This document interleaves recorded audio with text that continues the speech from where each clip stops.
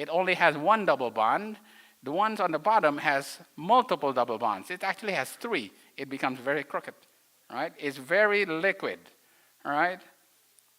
And it's polyunsaturated fat.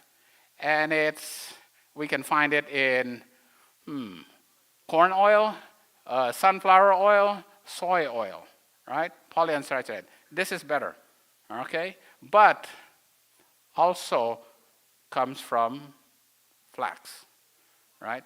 Polyunsaturated. This is even better. But it also comes from flax. And it's called alpha-linolenic acid, all right? Okay, the ratios. The ratios are important. The higher, the better. All right. Wow, I compiled this list. All right, I have to go through it very quickly. Snow crab has 61 to 1. Wow. We don't want to eat that. Well, we can't eat that, right? What about tuna? Well, I think you guys eat this a lot. 23 to 1. Wow. Okay, that's good. What about broccoli? Oh, what are mussels? Oh, mussels. No, we can't eat mussels, right? No, we can't eat mussels. What about broccoli? 6 to 1. Oh. Broccoli has omega-3? Oh, it does. What about spinach? Flax seeds? Mangoes? Wow. Lettuce? Brussels sprouts? Kidney beans?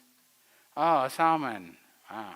Canadians are known for exporting a lot of salmon, right? Yeah. What about wild salmon? Which is better, wild salmon or farm salmon? Yeah, because wild salmon has 10 to 1 better omega-3 compared to the farm salmon. But the point of this is that you don't have to get your omega-3 just from fish. You can get it from spinach, flax seeds, mangoes, lettuce, Brussels sprouts, kidney beans. They all have omega-3s in it, right? Okay. Now, this is where they actually found out. In the 1970s, a Danish researcher went to the Eskimos. And they go, you know what? The Eskimos are not dying of heart attack as much as... So they said, there must be some good fat that they're eating. Because all they eat is fat. They don't eat any vegetables. All they eat is fish, right? And whale blubber. There must be something protective. So they figured out, oh, it's got to be omega-3. And since then, omega-3 has become so famous that it becomes a big industry that you have fish oil is good for you because it has omega-3, right? Since the 1970s. And this is always touted, the reason why we need to eat fish and need to take fish oil, right?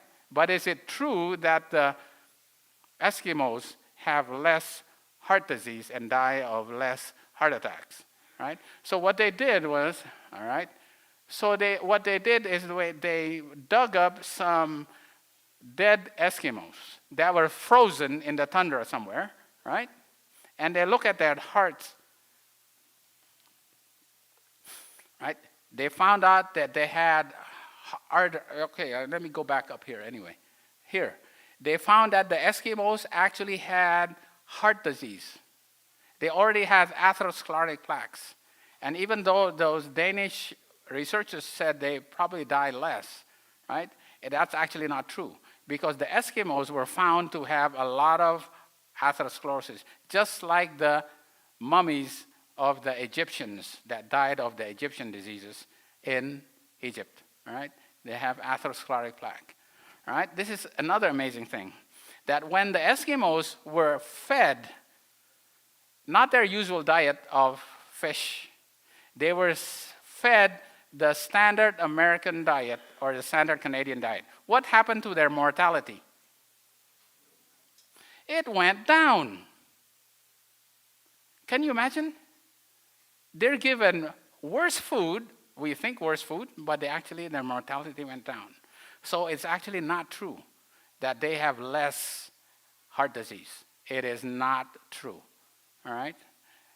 Okay, it's proven. So, what actually caused their mortality to be higher?